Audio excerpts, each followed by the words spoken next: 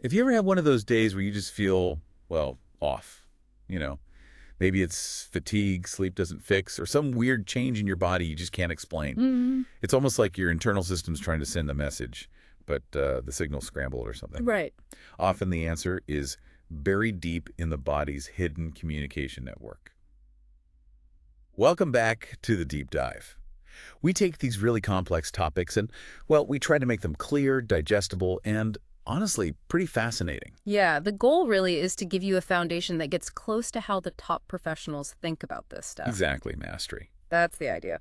And what's truly fascinating here is just how interconnected these systems are. You know, a tiny imbalance in this command center, it can ripple outwards, cause all sorts of effects. Perplexing effects sometimes. Definitely. So our mission today is to unpack these complex concepts, give you a really solid understanding of how these vital systems work, what goes wrong when they falter, and the cutting-edge ways professionals diagnose and treat them.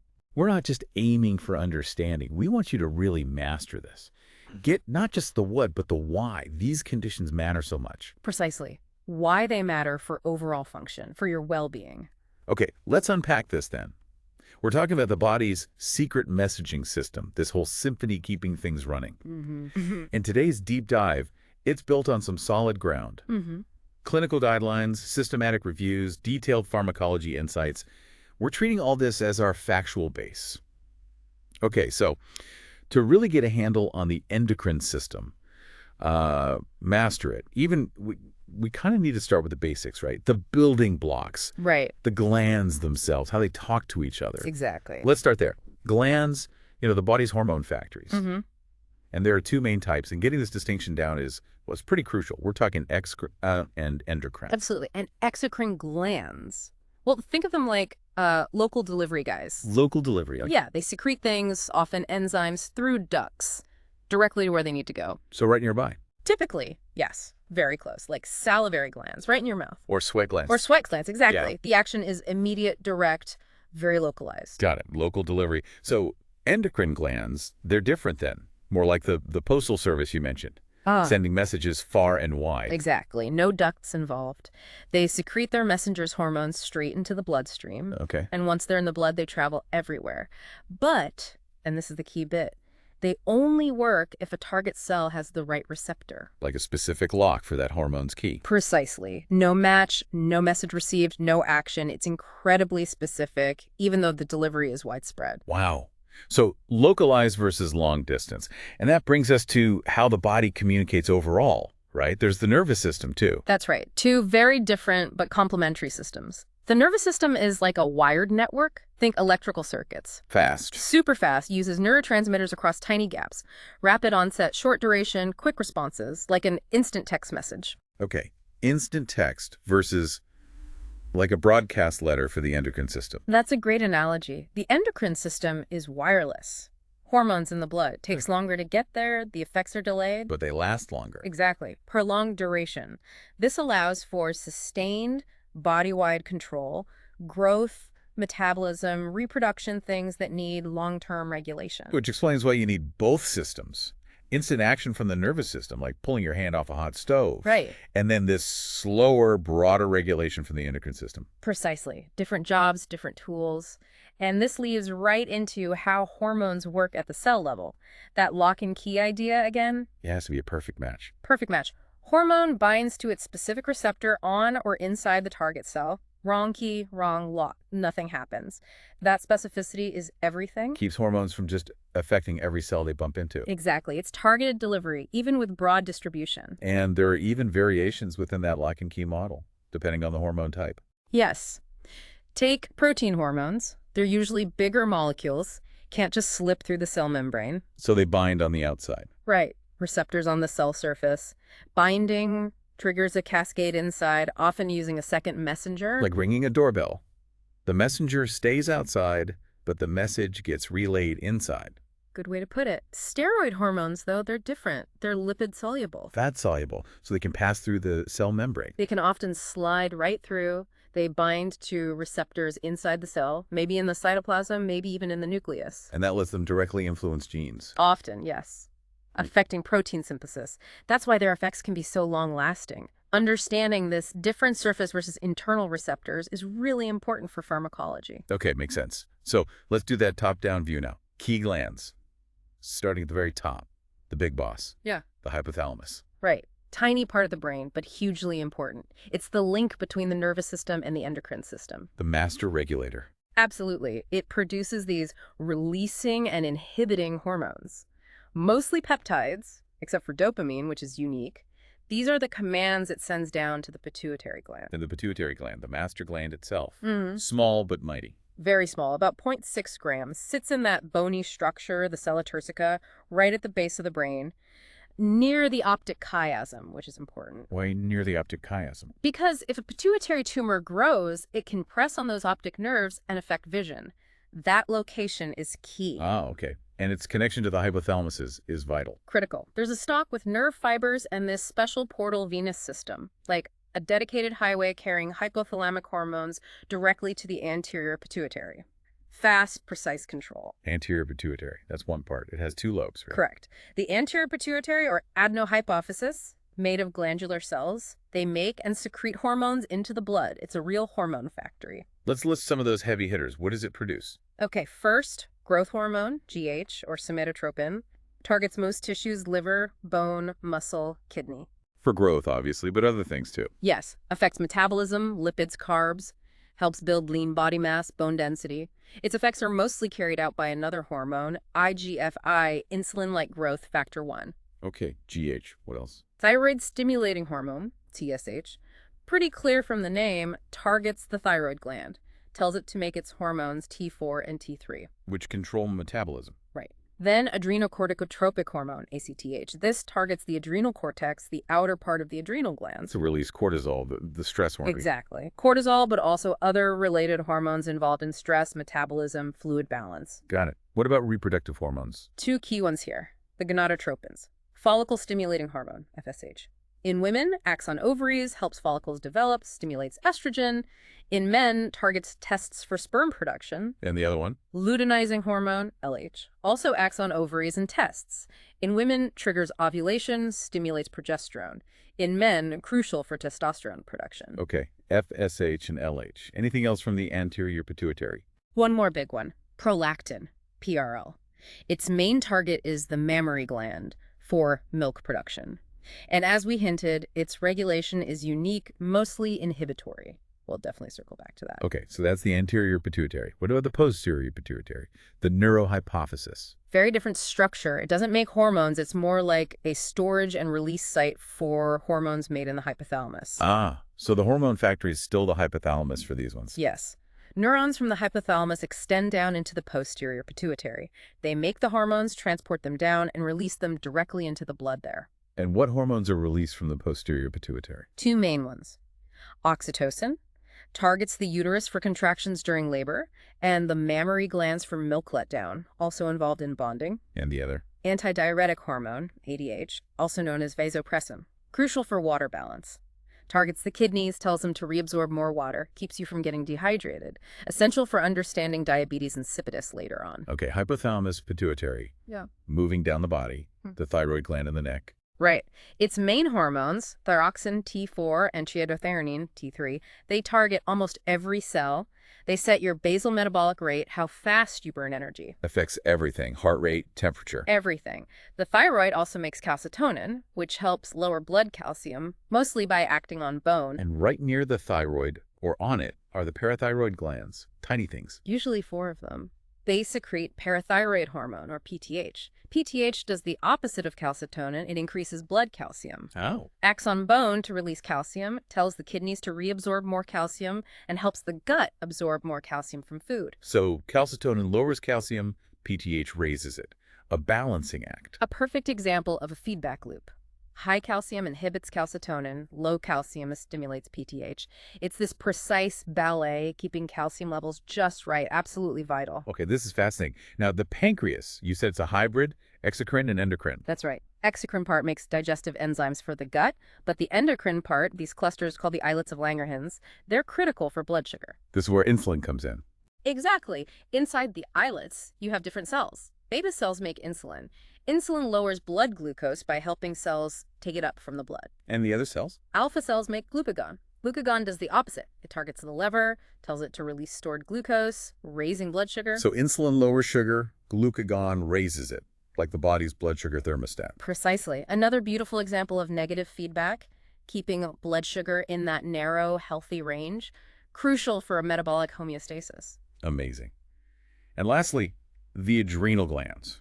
Sitting on top of the kidneys, two parts here too. Yep. The inner part, the adrenal medulla, makes epinephrine and norepinephrine, adrenaline and noradrenaline. Fight or flight hormones. That's them. They target heart, blood vessels, liver, ramp up heart rate, breathing, blood sugar, divert blood to muscles, prolongs that sympathetic nervous system response. And the outer part, the adrenal cortex. Makes different steroid hormones.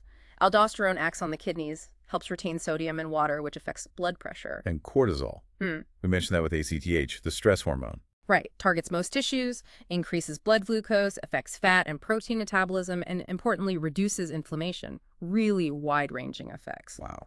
It's an incredible network. Yeah. But these glands don't just work in isolation, do we? You mentioned feedback loops. Negative feedback regulation. Absolutely critical. It's the body's self-correction system. Keeps things in balance, prevents hormones from going way too high or too low. How does it work generally? Well, for many of those pituitary hormones, we talked about TSH, FSH, LH, ACTH. The hormones they ultimately control send a signal back to stop production. So like when thyroid hormone levels get high enough. Exactly. They signal back to the pituitary and hypothalamus. Okay, we've got enough. Slow down TSH and TRH production. Same for sex hormones, inhibiting GnRH and the gonadotropins. Yes. Estrogen, progesterone, testosterone inhibit GnRH, FSH, and LH. And cortisol inhibits ACTH and CRH. It's this constant checking and balancing. Which is vital for normal function and also for understanding how hormone drugs work. Absolutely fundamental. Disrupt these loops and you get endocrine disorders. Target them and you have treatments. Now, you said GH and prolactin regulation were a bit unique. A little different, yes. For GH, the hypothalamus uses both a stimulating hormone, GHRH, and an inhibiting hormone, somatostatin. So it has both an accelerator and a brake. And GH itself feeds back. Yes, GH and its mediator IGF-I provide feedback inhibition too, multiple layers of control. But prolactin is the really unusual one. It is. Its production is primarily inhibited by dopamine from the hypothalamus, acting on D2 receptors in the pituitary. So the default is off unless the dopamine brake is released. Pretty much. The hypothalamus doesn't really make a specific stimulating hormone for prolactin. TRH can stimulate it a bit at high levels, like in hypothyroidism, but dopamine inhibition is the main player. And that inhibitory control by dopamine is key for understanding hyperprolactinemia. Absolutely critical. It sets the stage for why prolactin levels can go up for so many different reasons. Okay, fantastic foundation. We understand the command center, the messengers, the feedback loops. Now let's apply that to a specific common condition, hyperprolactinemia and its frequent cause, the prolactinoma. Right. So let's define those terms clearly. A prolactinoma is a type of pituitary adenoma, a benign tumor that specifically secretes too much prolactin of PRL. So the tumor itself is making the excess hormone. Correct. Hyperprolactinemia, though, is the broader term. It just means high prolactin levels in the blood. That could be from a prolactinoma, but it could also be from other things. Like those other causes we hinted at. Exactly. Prolactinomas are actually the most common type of pituitary adenoma, making up about 40%. And they're seen more often in women. Definitely a frequent reason people end up in an endocrinology clinic. How are they classified? You mentioned size before. Primarily by size. A microprolactinoma is small, less than 10 millimeters. Most of these stay within the sella turcica, that bony saddle, and they don't tend to grow much. And the bigger ones? Macroprolactinomas, 10 millimeters or larger. These are more likely to cause problems just from their size, besides the hormone excess. But it's important to stress, malignant or cancerous prolactinoma is very rare. These are overwhelmingly benign. Okay, benign, but potentially problematic. And remembering that dopamine inhibits prolactin. Yes, that's key. Hyperprolactinemia can happen either because the tumor cells are just churning out too much prolactin or because something is messing with that dopamine inhibition. Like blocking dopamine's effect. Right. Blocking its production, its transport down the pituitary stalk, or its action at those D2 receptors. This could be physiological changes, other diseases, or very commonly, medications. So how does this show up? What are the clinical signs? Well, regardless of the cause, the high prolactin messes with GnRH secretion from the hypothalamus. That inhibits LH and FSH release from the pituitary. Leading to hypogonadism, low sex hormones. Exactly. And that causes infertility in both men and women. Plus, if it's a large tumor, a maculinoma, you can get mass effects pressure on nearby structures like the optic chiasm, causing vision problems or even damaging other pituitary hormone functions, leading to broader hypopituitarism. And the specific symptoms differ between men and women. Quite significantly. In women who more often have microadenomas, the symptoms are usually related to reproductive function.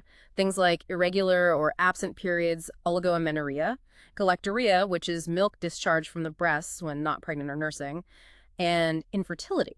What about postmenopausal women? Their periods have stopped anyway, so the hormonal symptoms aren't the main issue. For them, symptoms are usually from the mass effect if the adenoma gets large enough. And men. You said they often have macroadenomas. Yes, about 80% are macroadenomas in men, so they're much more likely to present with mass effect symptoms, headaches, vision loss, and often other pituitary hormone deficiencies too. What about the direct effects of high prolactin in men? Decreased libido, erectile dysfunction, low sperm count, oligospermia, infertility. Less often they might get breast enlargement, gynecomastia, or even galactorrhea, but that's much rarer than in women. And you mentioned bone density. That's affected in both. Yes, that's a crucial point. The hypogonadism caused by the hyperlactin leads to decreased bone mineral density in both men and women, increases risk for osteopenia, osteoporosis. What about kids? Is it common? Rare in children and adolescents, but if it occurs, it can cause delayed puberty or mass effect signs similar to adults. Okay, so diagnosing this, it starts with measuring prolactin levels. Yes. Normal is generally under 25 ng/ml for women, under 20 for men. Usually a single blood test is fine, as long as the blood draw wasn't stressful. Because stress can bump it up temporarily. Right. If the result is borderline or doesn't fit the picture, maybe repeat it, ideally when the patient is relaxed, maybe a couple of samples 15-20 minutes apart to account for natural fluctuations, the pulsatility. Are those dynamic tests, like with TRH, useful? Generally, no. They're not recommended for routine diagnosis. They don't really add much value over just measuring the basal level. What about that hook effect you mentioned for really big tumors? Yes. If you have a huge tumor, but the PRL level is only slightly high, or even normal, you have to rule out the hook effect. Some older tests could give falsely low readings with super high hormone levels. How do you check for that? You test the sample again after diluting it, maybe 1.1/0. Dilution breaks the hook.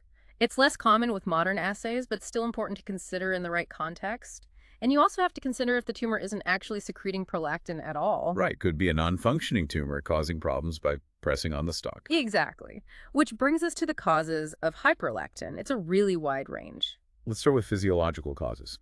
Normal things. Sure, pregnancy, lactation are the big ones, but also nipple stimulation, intercourse, sleep, heavy exercise, even just stress can temporarily raise levels. Okay, then the big one. Pharmacological causes. Drugs. You said this is the most common non-tumor cause. Very common. Lots of drugs interfere with dopamine. Antipsychotics are major culprits. Both older and newer ones. Both.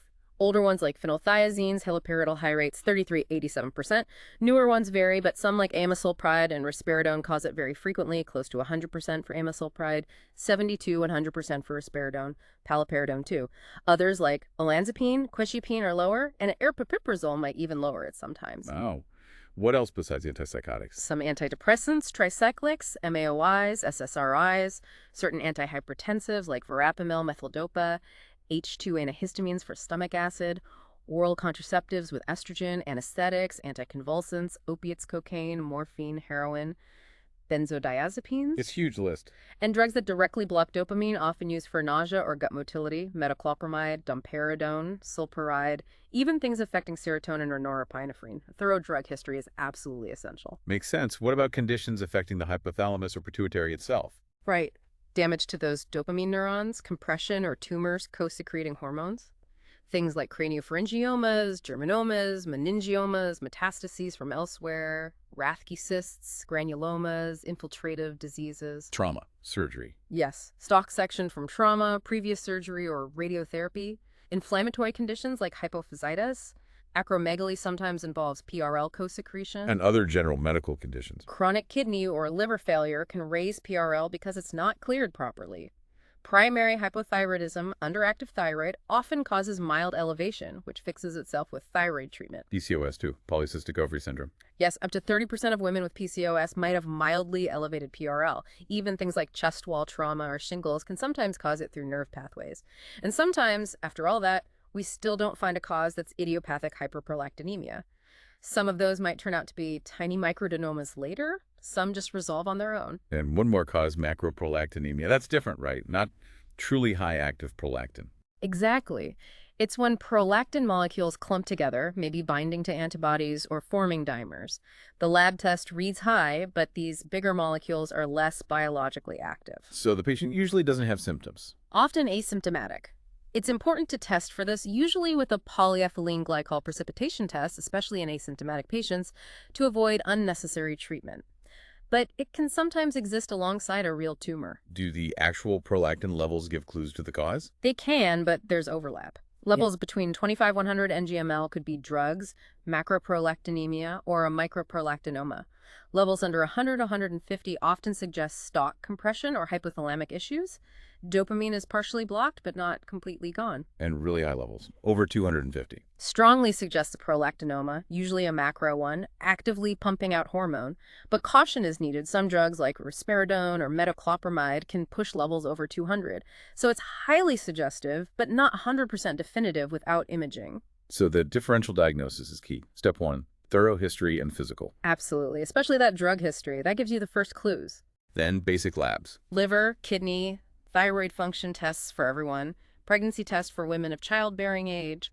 Rule out the common systemic stuff. If those are normal and drugs aren't the cause. Then it's time for imaging. Pituitary MRI with gadolinium is the gold standard. High-res CT if MRI isn't possible. And if the MRI is normal too, then you're often looking at idiopathic hyperprolactinemia. And since the initial treatment for that and a tiny microdenoma is often the same, you usually don't need super fancy, expensive imaging searching for something invisible on standard MRI unless things change clinically. Okay, let's focus on drug-induced hyperprolactinemia again. Management. If possible and safe, try stopping the drug. Repeat the PRL level after maybe 72 hours or longer for depot drugs. What if it's a psychiatric med? Can't just stop that. No, absolutely not. That needs careful management with the psychiatrist. Maybe switch to an alternative with less PRL effect, like aripiprazole, if appropriate. If the drug can't be stopped. Then you definitely need that MRI to rule out an underlying tumor. Treatment is usually only for symptomatic patients in this situation. What kind of treatment? Maybe hormone replacement, estrogen for women, testosterone for men if they have symptoms of hypogonadism or low bone density. What about using dopamine agonists to counteract the drug effect? Highly controversial, especially with antipsychotics. Big risk of making the psychosis worse. It's really only considered in very specific, rare cases, under strict control, maybe if hormone replacement is contraindicated or a woman desperately wants pregnancy. Very tricky balancing act. Got it. What about other tests, beyond PRL and MRI? For microdenomas, usually not much else needed unless hypogonadism persists after PRL normalizes. But for macrodenomas, yes, you need a full pituitary function workup. Checking all the other hormone axes. Thyroid, adrenal, growth hormone, gonadotropins. Exactly. And if that macrotumor is near the optic chiasm, you absolutely need a thorough eye exam, visual acuity, visual fields, campimetry, eye movements, pupils, fundus exam. And bone density. Baseline assessment, if there's been long-term hypogonadism, then monitor it. Genetics. When do you consider that? If there's a family history, or if it's part of a known syndrome like MEN1, or if the tumor is unusually aggressive or starts very young, specific genes like MN1, PRKR1A, AIP are involved. Does knowing the gene change treatment much? Right now, the direct impact on routine management isn't always clear. Evidence is still building. These tests are usually done in specialized centers. It's more about understanding predisposition and potentially aggressive behavior in certain cases. Okay, let's talk treatment goals. What are we aiming for? Several things. Lower prolactin levels back to normal, reverse the symptoms, shrink the tumor, restore gonadal function and any other pituitary deficiencies, and prevent recurrence or progression. Who gets treated? Symptomatic patients. Anyone with a macrodenoma. Microprolactinomas if they're causing symptoms like hypogonadism, bothersome galactorrhea, infertility, or low bone density. What about asymptomatic microprolactinoma? Small tumors, no symptoms. Generally, no treatment needed, especially in postmenopausal women where hypogonadism isn't an issue. Just monitoring is usually fine, as they rarely grow. And the first-line treatment is usually? Medical treatment. Dopamine agonists. They're the go-to, even if there are visual field problems already. They mimic dopamine, inhibiting prolactin release and shrinking the tumor, often remarkably effective. Which specific drug is preferred? Cabergoline is generally the first choice. It's more effective at normalizing PRL and shrinking tumors, and it's usually better tolerated. Plus, it's long-acting, so you only take it once or twice a week. How's it dosed? Start low, 0.25, 0.5 milligrams per week. Increase gradually until PRL is normal. Average dose is often 0.51 milligram a week. Max dose usually around 4.5 milligram, sometimes higher in resistant cases. Are there exceptions where you might use something else first? Maybe during pregnancy planning, or if there's rapid tumor growth in pregnancy, then bromocriptine might be chosen due to more historical safety data, or sometimes for cost reasons. Tell me about bromocriptine, the older one. Yes, the original. Also a dopamine agonist, specifically D2. Shorter acting, so usually taken 2-3 times a day.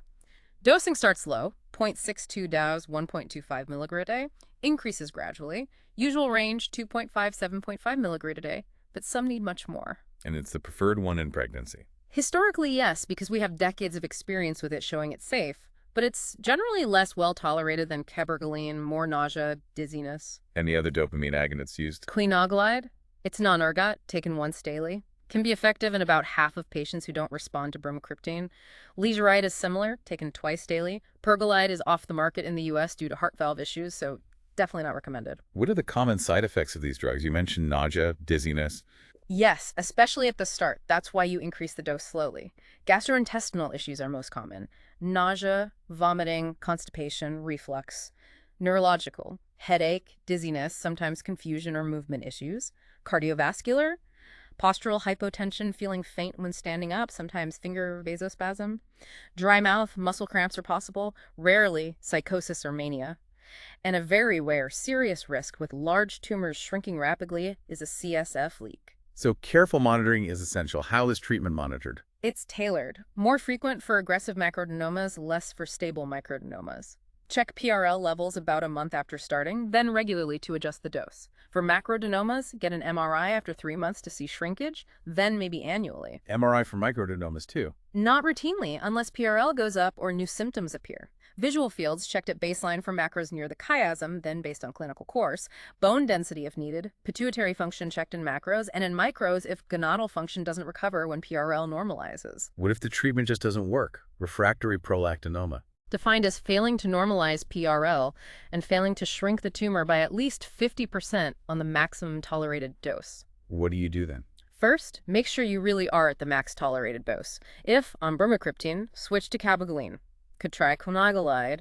Interestingly, sometimes cabergoline resistance responds to bromocriptine, but that's less common. If switching drugs doesn't work? Then surgery, transsphenoidal surgery is the next step. If surgery fails, then radiotherapy is considered. Why does resistance happen? Not fully known. Seems to involve fewer D2 receptors on the tumor cells, so the drug has fewer places to bind. Resistance happens in about 10% of micros, maybe 18% of macros on cabergoline, more common in men. You mentioned heart valve risk with pergolide. What about cabergoline? Need routine heart checks? Echocardiograms? Good question. The risk seems linked to very high doses used in Parkinson's. With standard prolactinoma doses of cabergoline, like 1 to 2 milliliter a week, there's no clear evidence of increased valve disease risk. So routine echoes aren't essential for everyone. Not indispensable in the first few years at those standard doses, unless there are other heart risk factors. It is suggested if someone needs high doses, over 2 milligrams a week, or has been on treatment for more than 5 years, and it's good practice to track the cumulative lifetime dose. Are there other options besides dopamine agonists, maybe for specific cases? Yes, for women with microdenomas who don't want pregnancy and can't tolerate or don't respond to dopamine agonists, oral contraceptives can be used, mainly to provide estrogen and protect bone density. Does estrogen make the tumor grow? No good evidence suggests it does, but more research would be ideal. If using OCPs, you'd still monitor PRL annually and get an MRI if levels rise or symptoms suggest growth. Okay, now the big question. Can you ever stop the dopamine agonist treatment? Very controversial. Optimal duration isn't really known. Relapse is common after stopping, maybe up to 80% relapse within 8 years. Risk depends on initial PRL, tumor size, how long you treated. Are there criteria for trying to stop? Yes, generally suggested criteria include normal PRL for at least 2 years on treatment, and either no tumor visible on MRI anymore, or a significant shrinkage from the initial size. What factors make stopping more likely to succeed? Treatment for 2 years, normal PRL, no visible tumor, tumor shrunk by 50%, or macro shrunk 10 millimeter, maybe pregnancy or menopause happened, and critically, ability to have good follow-up monitoring. And reasons not to stop? Treatment 2 years, PRL still high, tumor growing or still 10 millimeters, tumor edge too close, 5 millimeter to the optic chiasm, invasion into the cavernous sinus, or if you can't guarantee proper follow-up. If stopping, gradual dose reduction is usually best. How do you monitor after stopping? Wait 3 months for the first PRL check as the drug effect lingers, then check PRL every 3 months for the first year, then annually for at least 5 years, especially if it was a macro. Get an MRI if PRL jumps up 100 or new symptoms occur. And definitely don't stop if it's too close to the optic chiasm or invading the cavernous sinus. Correct, too risky. Okay, so if drugs fail or aren't tolerated, surgery is next.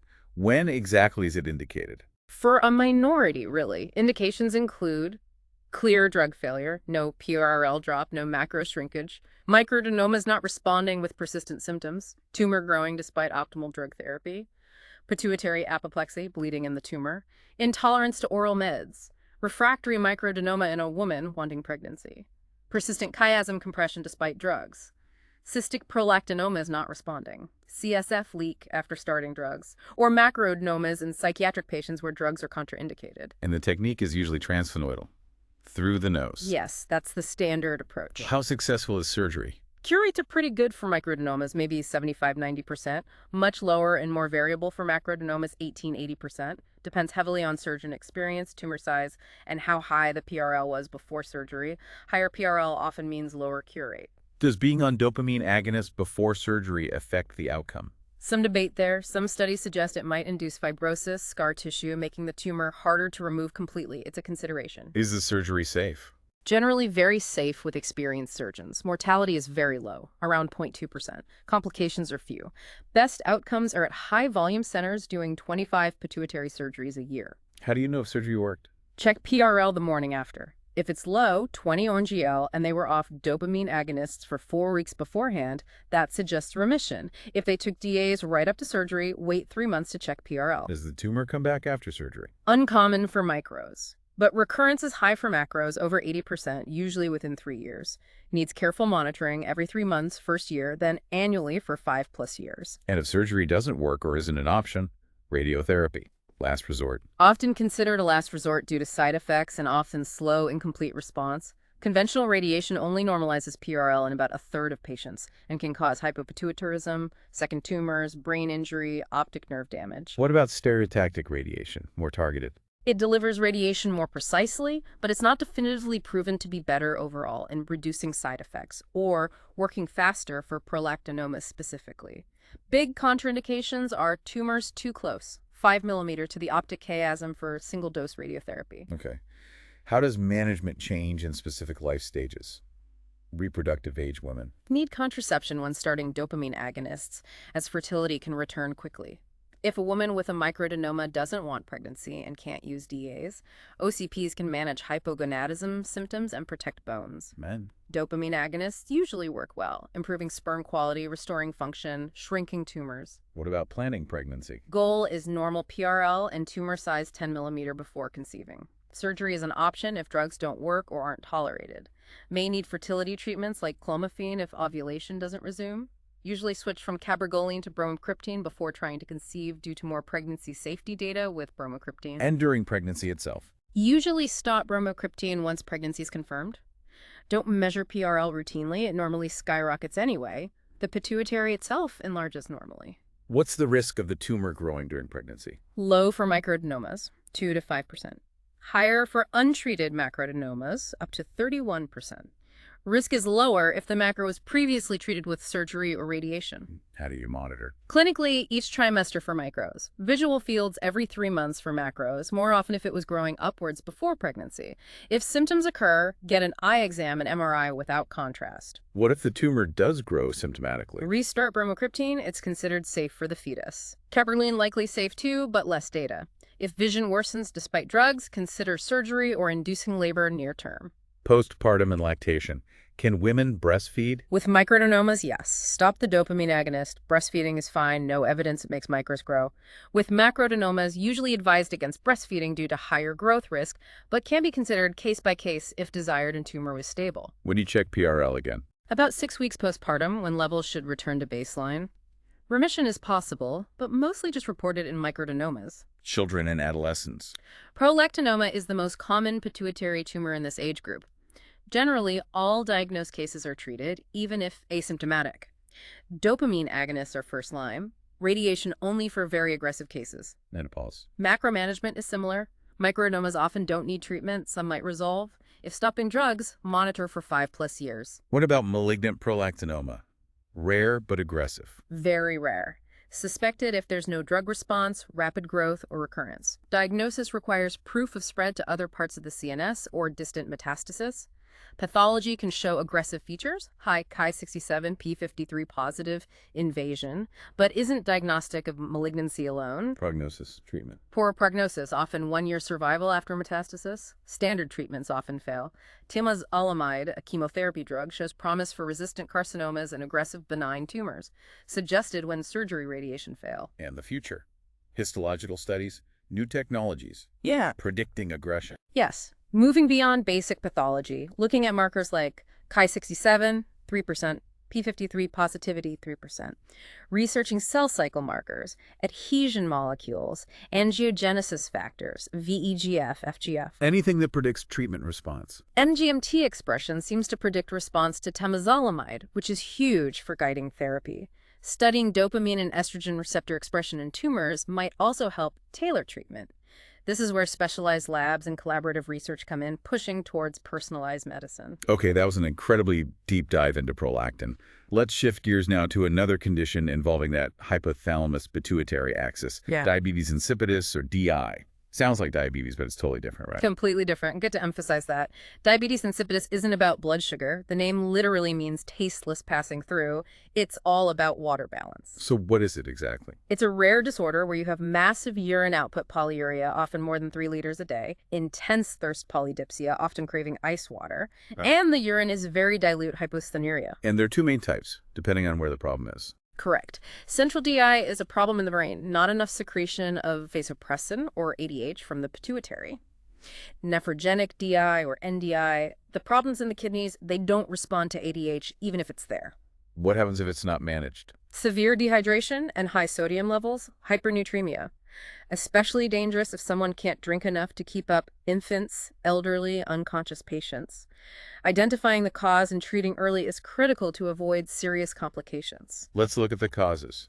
Central DI, first, not enough ADH. About half the cases are idiopathic cause unknown, but these need careful follow-up as sometimes a hidden tumor shows up later. Tumors like? Brain metastases, leukemias, lymphomas. Also, pituitary surgery is a common cause. Can be temporary or permanent depending on damage. Traumatic brain injury, too. Primary brain tumors like craniopharyngiomas, gliomas. Genetic causes. Yes, mutations affecting the AVP gene or related syndromes like Wolfram's.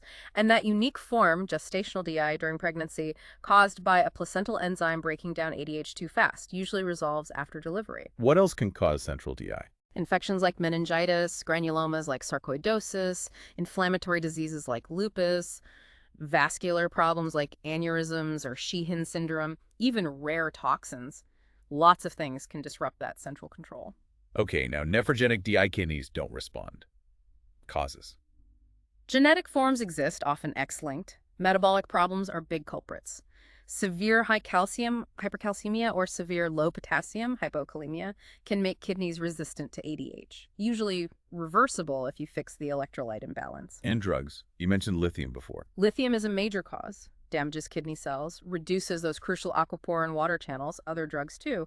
Certain antibiotics, dimethylcycline and monoglycosides, antifungals, amphotericin B, chemodrugs, cisplatin. Kidney diseases themselves. Yes, various chronic kidney diseases, recovery from obstruction or acute tubular necrosis, conditions like sickle cell disease, amyloidosis, Sjogren's, anything that damages the kidney's ability to concentrate urine. Let's quickly revisit normal vasopressin physiology, ADH, made in the hypothalamus, released from the posterior pituitary. Right, main trigger for release. Tiny increase in plasma osmolality detects dehydration very sensitively. Also, big volume loss can trigger it. And its main job. Antidiuretic effect. Acts on kidneys via V2 receptors, opens aquaporin channels, lets water be reabsorbed back into the blood, conserves water. It also has minor effects via V1 receptors, causing vasoconstriction, hence the name vasopressin. So the pathophysiology of DI, how it goes wrong, either not enough ADH signal, central, or the kidneys can't receive the signal, nephrogenic. Exactly. End result is the same. Kidneys can't reabsorb water properly, leads to massive loss of free water. Causing dehydration and high sodium if you can't drink enough. Correct. In central DI, it's decreased secretion or defective AVP. Hereditary, acquired, gestational. In nephrogenic DI, it's faulty V2 receptors or aquaporin channels or things like lithium or electrolytes interfering with kidney function. How does DI manifest clinically? What are the symptoms? In someone alert, it's that intense thirst, craving ice water, and extreme urination, maybe 2 to 20 liters a day. Really disruptive. Sometimes just persistent bedwetting in kids. What if someone can't drink? Infants, elderly. That's when it gets dangerous. They present with signs of severe dehydration and hypernatremia. Lethargy, confusion, hyperreflexia, seizures. Severe dehydration can even cause brain bleeds from vessel traction. In pregnancy, DI can associate with low amniotic fluid preeclampsia. Diagnosis is key. Need to rule out other causes of peeing a lot. Right. Rule out diabetes mellitus, high blood sugar causing osmotic diuresis, primary polydipsia, just drinking too much, other osmotic causes. Wow. Initial tests. Check blood glucose, electrolytes, sodium, plasma osmolality, urine osmolality. If glucose is high and urine osmolar excretion 1,000 osmolarity, it's osmotic diuresis. If osmolar excretion is lower. Then it's likely DI or primary polydipsia. Primary polydipsia usually has low normal sodium, 140, and very dilute urine, 100 mSmKi. DI usually has high normal or high sodium, 140, and urine that's dilute, but often 100 mSmKi because some concentrating ability might remain or they're just volume depleted. And the definitive test, the water deprivation test. Yes, the gold standard. Needs careful supervision. You withhold fluids and monitor how plasma and urine osmolality change. What's the normal response? As plasma osmolality rises, ADH increases, urine gets more concentrated. Urine osmolality 600. Giving desmopressin, synthetic ADH at that point won't make the urine any more concentrated. How's the test done? Stop fluids. Measure urine volume osmolality hourly. Plasma sodium osmolality every 2 hours. Stop when urine osmolality hits 600, or R when urine osmolality plateaus despite rising plasma osmolality, or R when plasma sodium 145 or plasma osmolality hits 295-300. And if you hit those latter endpoints, you give desmopressin. Yes. Give DDAVP and see how urine osmolality responds. This is the detective work part. How do you interpret the results? Complete central DI. Urine doesn't concentrate much during deprivation 300. After DDAVP, urine osmolality jumps way up, 100% increase. Kidneys work, just needed the signal, partial central DI. Urine concentrates somewhat during deprivation, but not fully. After DDAVP, urine osmolality increases moderately, 15 to 50%. Some ADH is there, but not enough. Nephrogenic DI. Urine doesn't concentrate much during deprivation, 300 typically. After DDAVP, there's little or no increase in urine osmolality. Kidneys aren't responding to the signal. Primary polydipsia. Urine concentrates well during deprivation, often 600. After DDAVP, no further change. The system works fine. The person was just overhydrated to begin with. Okay, that clarifies the diagnosis. What about treatment? Mild cases might just need to ensure adequate water intake, remove any aggravating factors. For essential DI, need to replace the ADH. Yes. Desmopressin, DDAVP, is the drug of choice. Synthetic ADH analog, strong antidiuretic effect, minimal blood pressure effect, resists breakdown, good for gestational DI too. How's it taken? Dosing. Orally, pills or melts, nasally or injection. Start low, often at night first. Adjust based on thirst and urine output. Oral starting dose often 0.05 milligrams twice daily, up to 0.4 milligrams 3 times daily. Nasal, maybe 0.0505 milligrams once or twice daily. Careful monitoring needed to avoid water intoxication, hyponatremia. Side effects of desmopressin. Besides the risk of hyponatremia, can rarely cause mood changes, agitation, or vasopressin. Are there other drugs for central DI? Carbamazepine can increase kidney sensitivity to existing ADH. Chlorpropamide used to be used, potentiates ADH, but lots of side effects.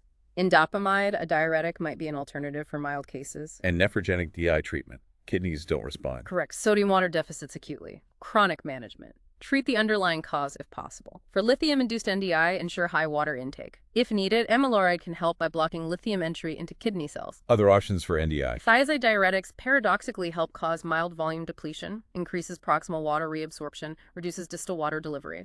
NSAIDs can also help by blocking prostaglandins that interfere with concentrating ability. What's the prognosis? Post-surgery DI often resolves but can be permanent if stock is damaged. Chronic central DI, once treated, is manageable but requires lifelong care and monitoring. Main risk is electrolyte imbalance if treatment isn't adjusted properly. Close monitoring for side effects like water intoxication or hypernatremia is key. This has been incredibly detailed. We've gone from the whole endocrine system map down to the nitty-gritty of prolactinomas and DI. Let's try to connect these dots now, looking at endocrine pharmacology more broadly. Right. The core theme is that pharmacology here often involves mimicking or blocking natural hormone actions at their receptors. We saw that clearly with prolactin and ADH. Let's look at pituitary drugs again. Anterior pituitary, what about growth hormone issues? If GH is too low, dwarfism, adult deficiency, we use recombinant human GH, somatropin, somatrum, to replace it, or mexermin if it's IGF-1 deficiency. These restore growth, improve body composition. Too much GH, acromegaly. Surgery first, usually. Drugs include somatostatin analogues, octreotide, lanreotide, pasireotide, which block GH production, or GH antagonists, pegvisomant, which block GH action at the cell level. Dopamine agonists, cabergoline, bromocriptine, can also work at higher doses. Somatostatin analogues can have side effects, though. GI issues, slow heart rate, gallstones, affect blood sugar. Pegvisomant doesn't shrink the tumor, can affect liver, lower blood sugar. Prolactin. We covered extensively dopamine agonists, cabergoline, bromocriptine are primary. Yes, highly effective. Posterior pituitary drugs, oxytocin and ADH. Oxytocin used in childbirth. Antagonist atosiban to stop preterm labor. ADH analogues, desmopressin, vasopressin for DI. ADH antagonists, conivaptan, tolvaptan for the opposite problem, fluid retention, hyponatremia. Moving beyond the pituitary. Thyroid. Hypothyroidism. Levothyroxine synthroid replaces missing hormone. Hyperthyroidism. Surgery or drugs like propylthiouracil, PTU, to block hormone synthesis. Parathyroid. Calcium control. Hypoparathyroidism, low calcium, increased calcium intake. Hyperparathyroidism, high calcium. Usually surgery to remove overactive glands. Adrenal cortex. ACTH related. ACTH hypersecretion, Cushing's disease. Surgery, ideally. Drugs inhibit cortisol production. Ketoconazole, osilodrostat, etc. Pasireotide, cabergoline, can target the pituitary tumor. Mifepristone blocks cortisol's effects. ACTH hyposecretion, Addison's disease. Life-saving replacement therapy with corticosteroids, cortisone, hydrocortisone, fludrocortisone. Pancreas. Glucose regulation. Diabetes mellitus, insulin, various types. Oral agents. Sulfonylureas in insulin, alpha-glucosidase inhibitors, delay carb absorption, biguanides like metformin, liver glucose uptake, thiazolidinediones, incinosine sensitivity, hypoglycemia, low sugar. Glucagon, liver glucose, D50W, diazoxide, inhibits insulin release. Reproductive drugs. Estrogens, progestins for hormone replacement, oral contraceptives, oxytocin for labor.